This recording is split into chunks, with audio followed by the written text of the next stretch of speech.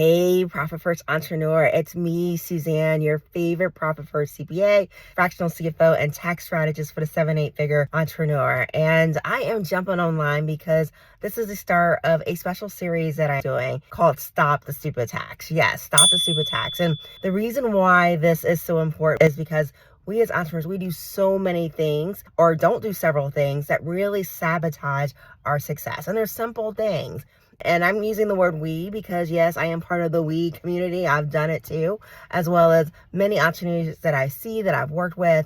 And I really want to bring these things to the forefront because I know as entrepreneurs, a lot of us have dedicated ourselves, especially in this beginning of the year, to really have an amazing year and really learn from the mistakes that we've done in the past and really have outstanding profits.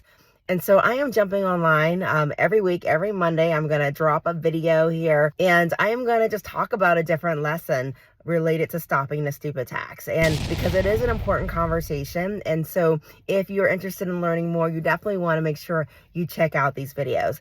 And today what I want to do is I want to talk about this dirty little thing that's happening in America. Yeah, it's a dirty little thing.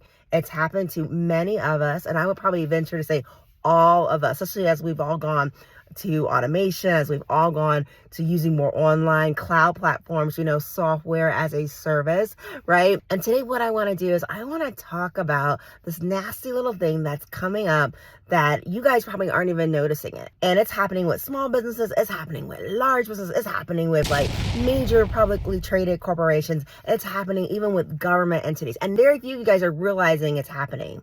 And it's this nasty little thing that's in the fine line of the contracts, and it's called auto renewal. Yeah, you heard me. It's called auto renewal.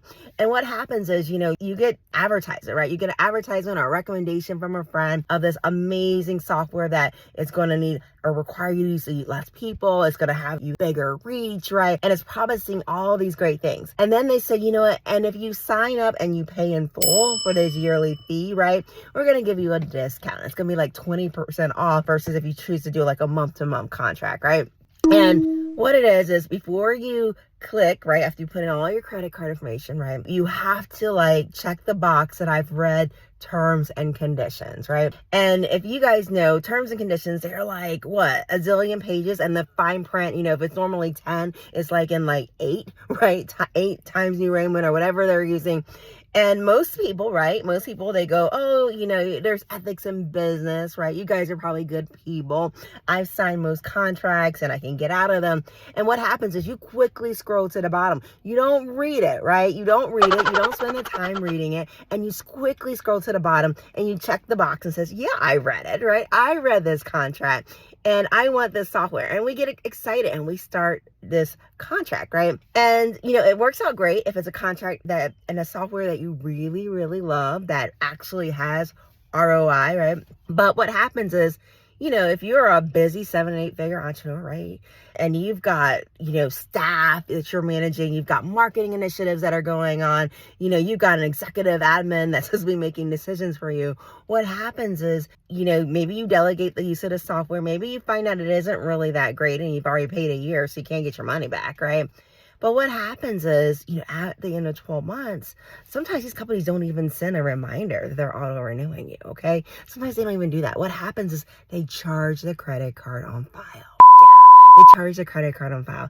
And suddenly, you've got maybe $1,500 going out of your credit card, or you've got a few $1,000s if it's one of those larger contracts. And because you didn't cancel the auto renew, when you notice it happened on your contract, you can't get out of it because on that contract, it says that we earn this money, right, as soon as we debit your account, right? That's the thing. It says we earn the money as soon as you debit the account. And then suddenly you've already paid another year. Then if you try to go back and cancel this contract, oh my gosh, I've gone on things see, when you have DocuSign, for example, and because we do, probably a zillion DocuSigns a year.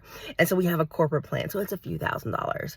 And, you call the regular customer service and you can't get anybody. You cannot get anybody to help you out. They're like, oh, it's somebody from the Philippines. We got to go find your account manager, who, by the way, either quit or got promoted, right? So you send him emails and he's not responding because he's no longer there. It's not his problem anymore. He's already got the commission for signing your big contract. But anyway, what happens is, they make it so hard for for you to cancel. You go onto the website, and it says, oh, you can upgrade your plan, but you can't cancel your plan, right? You've got to email us, and not only do you have to email us, but you have to write special writing, cancel subscription in that email. Sometimes they have a phone number, sometimes they don't have a phone number that you can call depending on who you're dealing with. But what happens is you're in this cycle of auto renewal and you can't get out of it, right? Without really jumping through hoops. And what happened is, you're working hard. Most of the entrepreneurs that I know, they're pulling in major hours per week. They're giving their life to their company. They are managing their employees, right? They're building team. They're doing marketing strategy, right? They're pulled in 1,000 different directions. And, they're thinking, okay, in a year, if I don't subscribe again, it's going to get canceled. Or some are like, maybe what happens I should do is just cancel my credit card. Well, the problem is if you cancel your credit card and it's on auto renew, it can still go through, okay? It can still go through. So what I'm telling you guys is stop the stupid tax. Stop the stupid tax. Watch the auto renew. Watch the auto renew clauses. Start keeping a spreadsheet of, hey, I signed up for this. This is when it expires.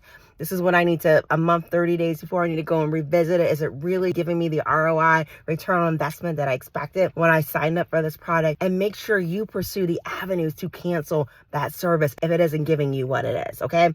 Make sure you're doing that. And then watch your credit card statements like a hawk, or your operating expense account if you're using Profit First. Watch those accounts like a hawk. Make sure that these are really expensive, because some of them, they're not annual. Some of them are monthly. Now, the annual ones are hard to catch, and some of these are monthly. And when you're going through this, I'll be honest with you, you're probably going to find things that you've been paying for years, right? That you're not using effectively or you don't really need. But make sure you're going through that and you're canceling those, because that is costing you thousands of dollars. And some of you guys, tens of thousands of dollars, okay?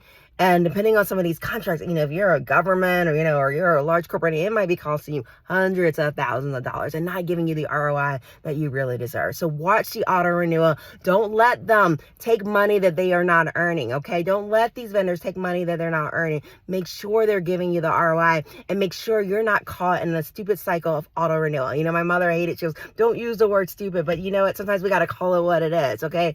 We should not be paying for things that we're not using, all right? We should not be paying for things we're not using. So this is my tidbit of Stop the Stupid Tax for this week. I hope that this was really helpful for you guys, you Profit First entrepreneurs.